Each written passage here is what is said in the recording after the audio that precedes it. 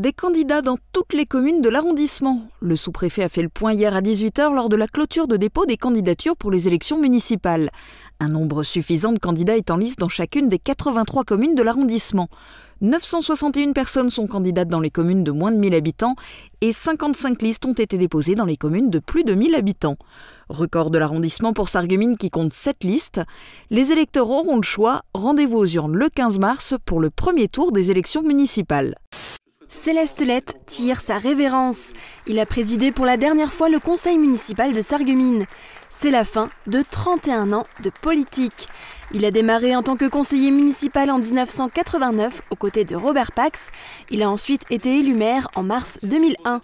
Après 3 mandats et 19 ans à la tête de la ville, il va raccrocher son écharpe de maire. 49 personnes qui manifestent pendant 49 minutes contre l'utilisation du 49.3 par le gouvernement pour faire adopter le projet de loi de réforme des retraites. C'était l'objectif de l'action réalisée hier en fin de journée devant la sous-préfecture de Sarreguemines. Étaient représentés dans le cortège des syndicats, des gilets jaunes et des partis politiques qui réclament le retrait du texte. Nouveauté depuis la mi-janvier. Plus besoin d'aller à Sarreguemines, Beach ou Sarralbe. Un service de carte d'identité et passeport est proposé à Rohrbach-les-Beach au sein de la mairie. De quoi désengorger les demandes dans les autres bureaux de proximité. La mairie peut prendre jusqu'à 12 rendez-vous dans ses horaires d'ouverture.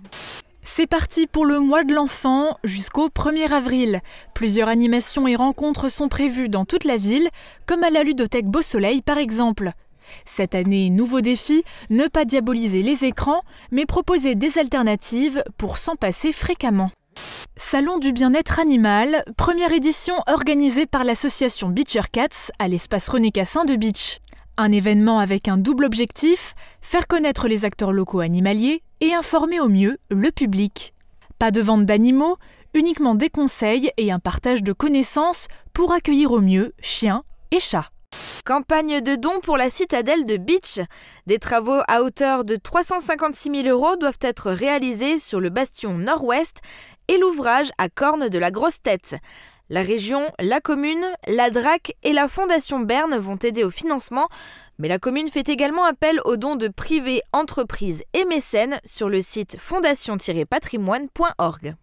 Un couple va vivre à 25 mètres de hauteur. Claire Branca et Antoine Neu sont en train d'aménager leur nid d'amour au sommet de l'ancien château d'eau de Petit-Réderchin. La commune leur a cédé l'édifice pour 1 € symbolique, mais l'aménagement va être long et cher. L'appartement de 125 mètres carrés sur 2 étages nécessitera plus de 3 ans d'aménagement. Un escalier et un monte-charge permettront d'y accéder. Au sommet, vue imprenable jusqu'aux Vosges. Vélociraptor, c'est le titre du spectacle de fin de résidence de la bande à T-Rex. 11 artistes sur 11 vélos pour un show acrobatique et drôle. Ce collectif s'est rencontré lors d'une convention. Pour créer leur spectacle, les artistes ont investi pendant 15 jours la halle verrière de Meisenthal pour une résidence inspirée. Clôture en public pour jauger les premiers résultats de leur travail et des premiers applaudissements mérités. Peu d'affluence ce samedi à Sarrebruck. La Congrès-Halle accueille pourtant depuis hier le Salon Voyage et Loisirs SAR 2020. La météo est maussade et il se murmure que le coronavirus incite à la prudence. Les exposants sont là pour accueillir le public, notamment les Français.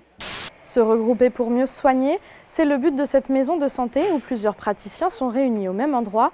Un moyen de développer l'offre de soins dans les régions frappées par la pénurie de médecins.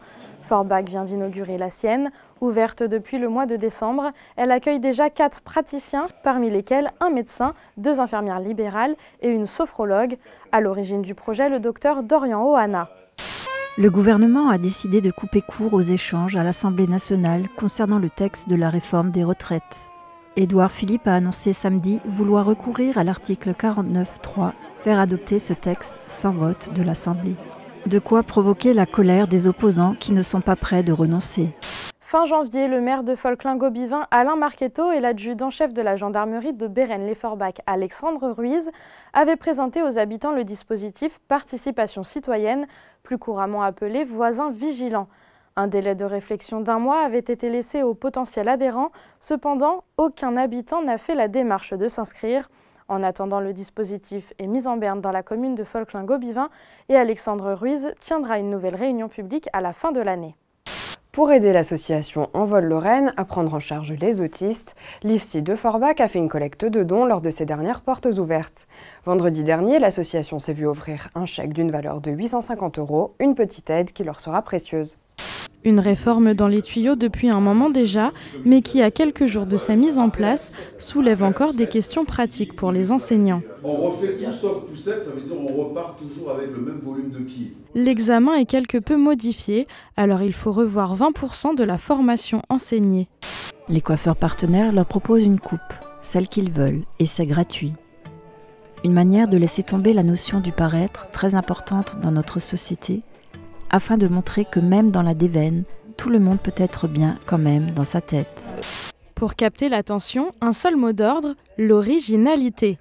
Alors cette année, pour sa deuxième édition de la journée dédiée à l'entrepreneuriat féminin, Pôle emploi Ville-Haute mise sur une organisation collaborative.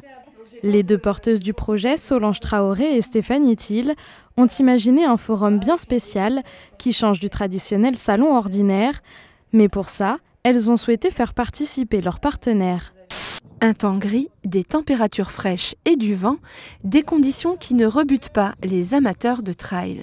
Ce matin, ils sont 7 à retrouver Céline pour une dernière reconnaissance du parcours qui emmènera les coureurs à travers le Schalkental, la forêt de la Puistarquelle ou encore le Mont Sainte-Croix. 15 km en forêt avec 500 mètres de dénivelé positif. Premier trail de la saison dans le secteur, l'événement affiche déjà près de 200 coureurs inscrits. Les marcheurs seront également de la partie avec un parcours de 6 km.